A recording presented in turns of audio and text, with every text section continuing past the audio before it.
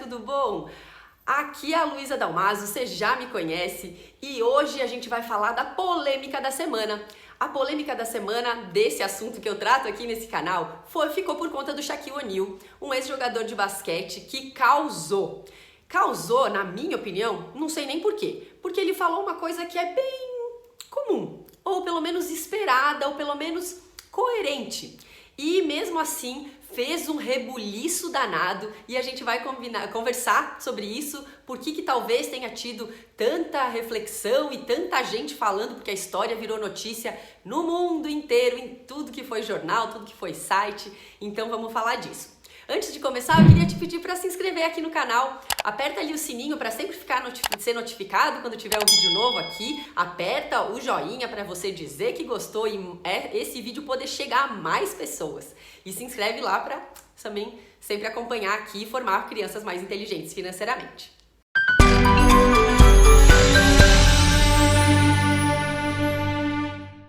Antes da gente comentar essa frase aí do Shaquille O'Neal que causou, eu vou te contar um pouquinho sobre quem ele é para você entender melhor. O Shaquille O'Neal foi um grande jogador de basquete nos Estados Unidos, ele é americano, ele era pivô, mede 2,16 de altura e ele ganhou 4 vezes os títulos nacionais da liga, jogou no Orlando, jogou no Lakers, jogou, enfim, vários clubes no Boston Celtics.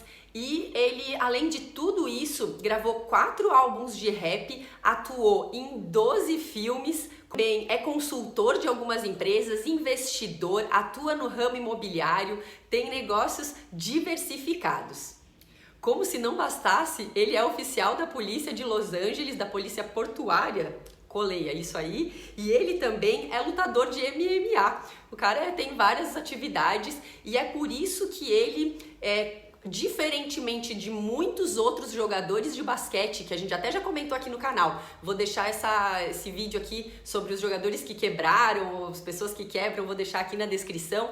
Ele, diferentemente dessa maioria de jogadores que depois de até 2 anos depois de parar de jogar, ele triplicou os recursos financeiros dele, ou tem gente que diz que ele até quadruplicou. Lembrando que enquanto ele jogava, mais ou menos entre 1999 e 2009, supõe-se que ele ganhou 10 milhões de dólares. Então, mais todas essas atividades, supõe-se que hoje ele tem mais de centenas aí de milhões de dólares.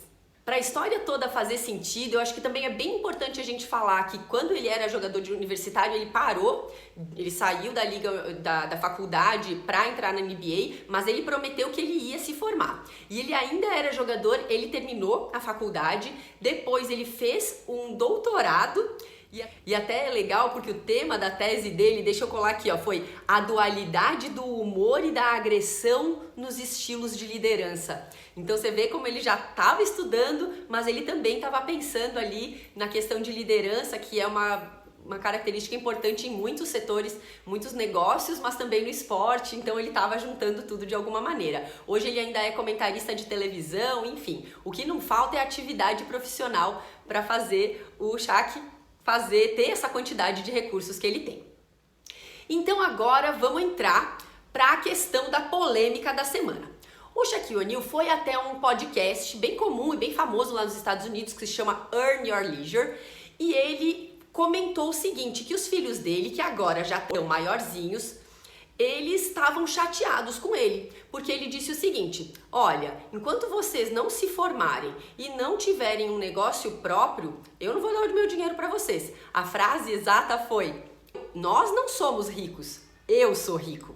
E ele compartilhou então a sua filosofia de educação e disse o seguinte, se vocês quiserem se formar, ter uma ideia de negócios e vir até mim para conseguir investimentos, para conseguir viabilizar essa sua ideia de negócio, aí tá legal. Aí vocês podem vir e tentar me convencer que é uma boa ideia para ver se eu quero investir. Enquanto isso, vocês se virem que eu não vou dar o meu dinheiro para vocês.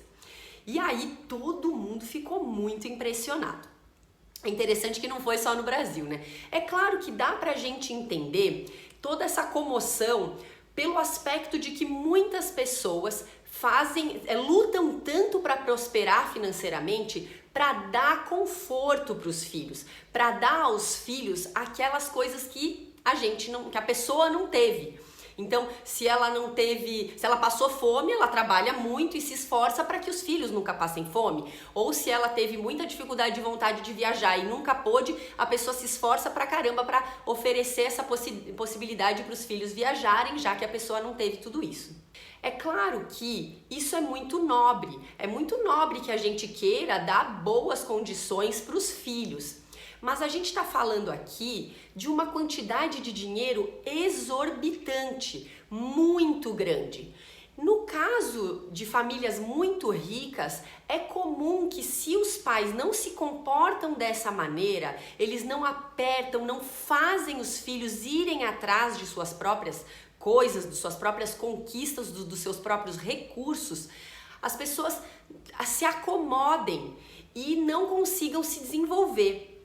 Eu sempre falo aqui, e isso tá na literatura econômica, e na verdade é uma teoria que se aplica até a outras áreas do conhecimento, a gente só se desenvolve na dificuldade. Não é que é só, a gente se desenvolve mais, a gente busca ser mais criativo, mais persistente, mais insistente e a gente valoriza mais as nossas conquistas, as nossas coisas, se a gente teve que batalhar por elas. E eu tô dizendo que vale para outras áreas porque você pode pensar num relacionamento, por exemplo. Sabe que a gente dá muito mais valor por uma pessoa que a gente teve que conquistar, que foi devagarinho, que foi legal. E aí quando isso acontece a gente dá mais valor. Isso vale também para um carro. Se lá você ganha um carro, você nem dá bola para ele, você já nem cuida, dirige de qualquer jeito, passa a lombada rápido porque não vou ter que cuidar para depois consertar se alguma coisa ali das peças se desencaixarem ou passarem a funcionar mal.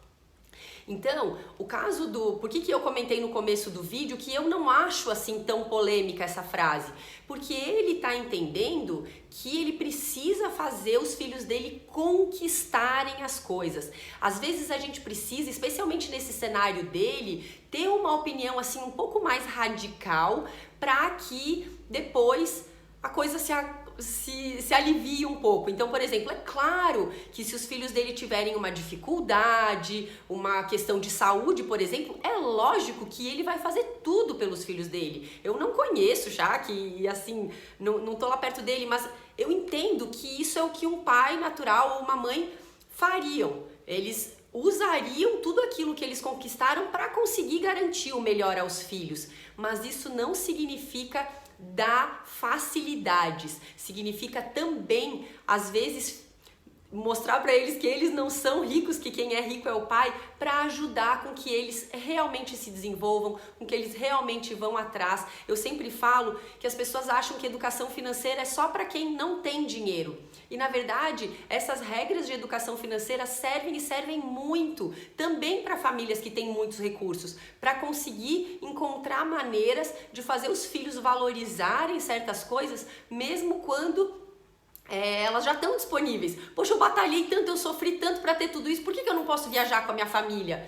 Tá bom, pode, mas o que a gente pode fazer então? Em que outro momento você pode compensar essa viagem para dar a essa criança a sensação de conquista, que ela não vai ter tudo de mão beijada? Não sei, talvez seja na hora de comprar uma prancha de surf.